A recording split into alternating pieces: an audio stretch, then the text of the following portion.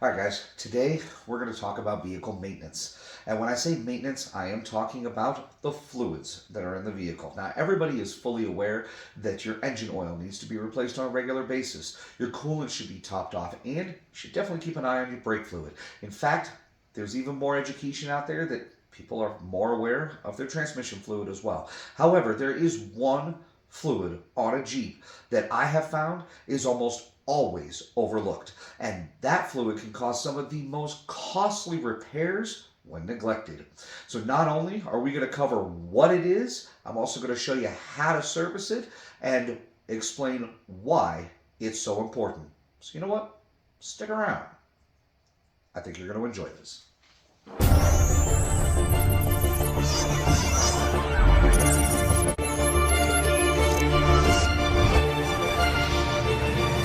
Huh. Well, that's an interesting question.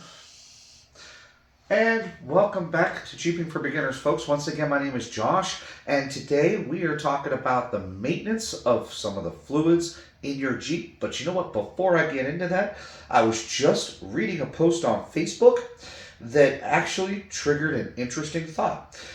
This guy had asked, you're going out alone on an overlanding trip. What's the one thing you can't go without?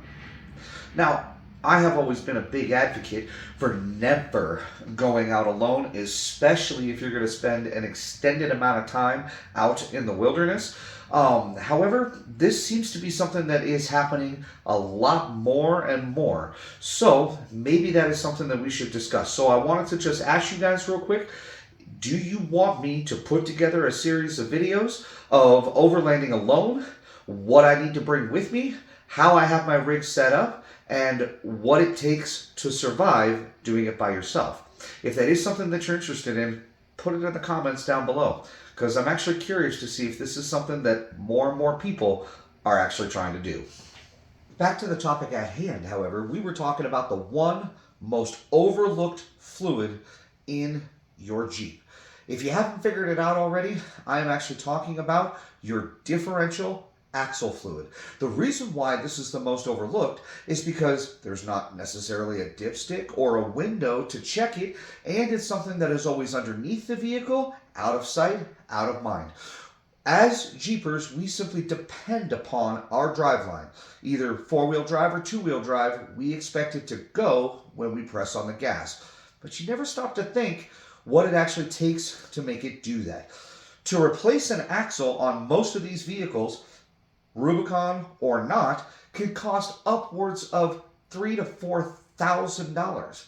The fluid is like 12 bucks. So I'm going to show you how to replace it, and while we're doing that, we're going to discuss why. Before we get started, however, let's cover the basics of what you're going to need. If you have a factory differential cover on your axles, then all you need is going to be an oil catch can, a 3/8 ratchet, a can of brake clean to clean up the mess, and of course, the replacement differential fluid. However, if you're anything like me and you have an aftermarket differential cover, then you might need one or two more little tools, like maybe a 6-point socket or an Allen wrench or whatnot. Depends upon the manufacturer of that aftermarket diff cover. The concept and the process is still going to be exactly the same. So let's dive right in, and let me show you how to change this fluid. Alright, so to change this fluid is actually really easy. On the Dana axles, there is a nut right here, which happens to be the exact size of a 3/8 wrench that you can stick right in, undo, and drain the fluid. It is going to shoot off to the side of the vehicle, so you want to make sure that the catch can is going to be able to catch it so you don't make a mess on your own garage floor. In my particular case, my aftermarket differential cover has a drain right here, which is actually the one I'm going to use because everything stays center for the purpose of this video. Now, before I take this out, I do want to point out, a lot of people notice that there's seepage down here and they panic and think, oh my goodness, differential's leaking. Truth is, no matter what you do, you're always going to have seepage. It's actually the nature of differential fluid. That I wouldn't necessarily panic about when it starts pouring out. That's when I get a little worried. But let's drain the fluid.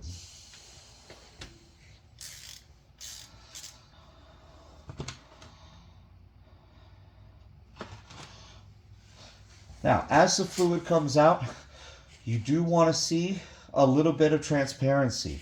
You don't want it to be black or dark. That is never a good thing.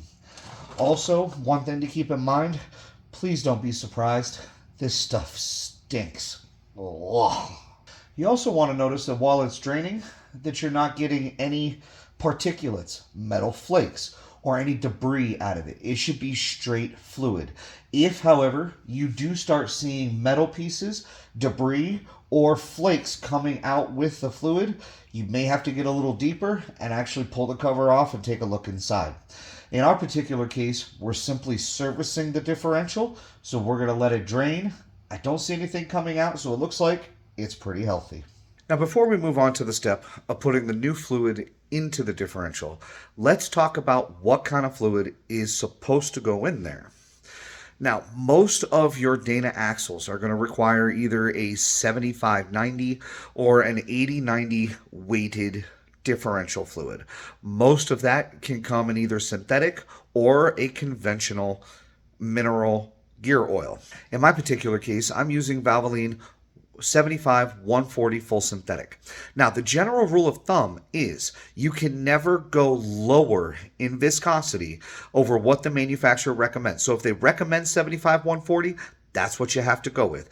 If they recommend a 75/90, you can go up the scale. What differential fluid does is actually a two-part thing, and this is where people don't understand, get confused, and don't realize how much they can protect their investment. All right, so before the question comes up as to why I would want to change the fluid that's in the differential to a higher grade viscosity, let me just explain what differential fluid does. It actually has two purposes. Just like engine oil and transmission fluid, it lubricates the gears so that they can continue to rotate freely inside the axle and do their job. However, unlike engine oil, transmission fluid, or even brake fluid, differential fluid is designed to cool at the same time. That's why it's so thick. So by using a 75/140 versus an 80/90 or a 75/90, it's actually going to cool just a little bit better. So if you're running those aftermarket gears where instead of the factory 373s or the factory 411s, you're running 456 or 513s, then yes, you want to upgrade the fluid to help keep those gears as cool as possible while they're rotating going down the road. Now, once it's all done draining, all we got to do is put the drain plug back in.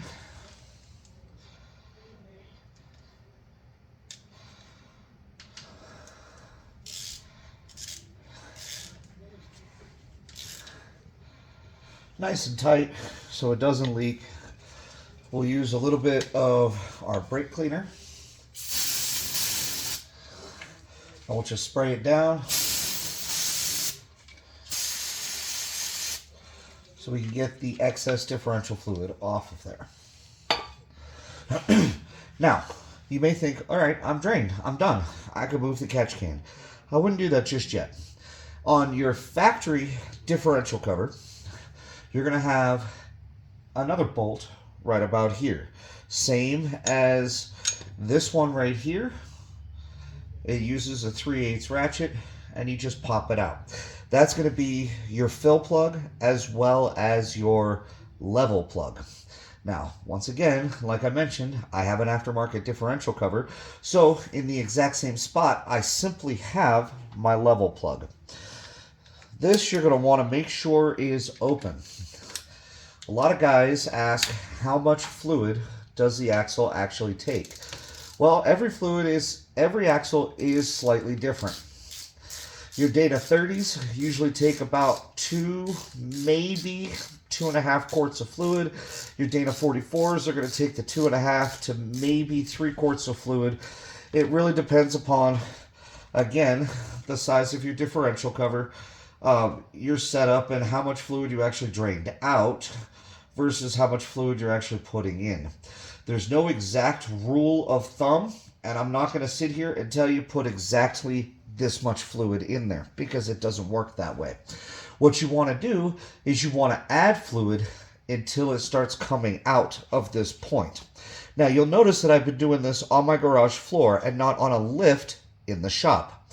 Reason being is when you put it on a lift in the shop and the axle relaxes, this is not actually going to be accurate for a fill point. When you do it on the ground with the vehicle level, this is your fill point. So what we're going to do is simply add the differential fluid into the fill hole until it comes out that point.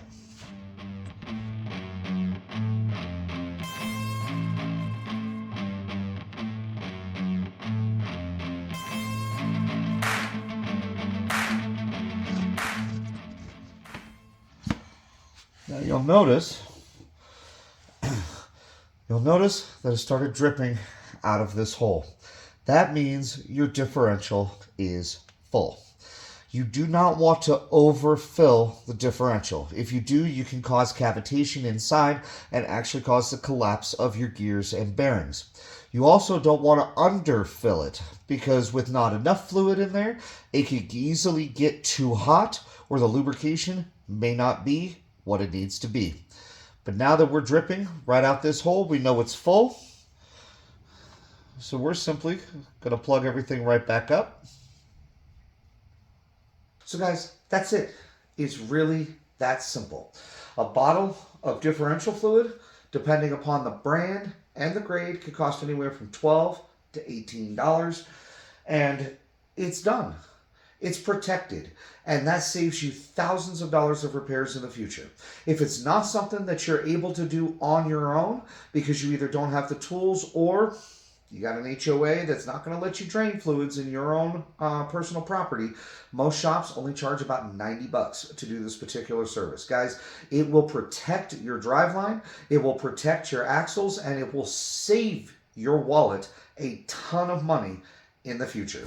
So I hope that was educational and it answered some questions about the maintenance on your differential fluid. In the meantime, once again, my name is Josh. This is Jeeping for Beginners. If you have any other questions about what I covered here today, or you have an answer to the question I asked at the beginning of this video, don't hesitate, put it down in the comments below, or even shoot me an email. I'm looking forward to it. In the meantime, stay safe, happy Jeeping, and we will see you next time.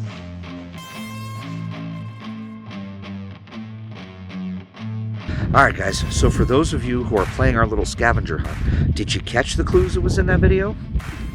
No? You may want to watch it again. And for those of you who don't know what I'm talking about, check out this video right here. I promise it's worth the watch. 2024 is going to be epic, and I'm so excited for all of you to join us on our journey.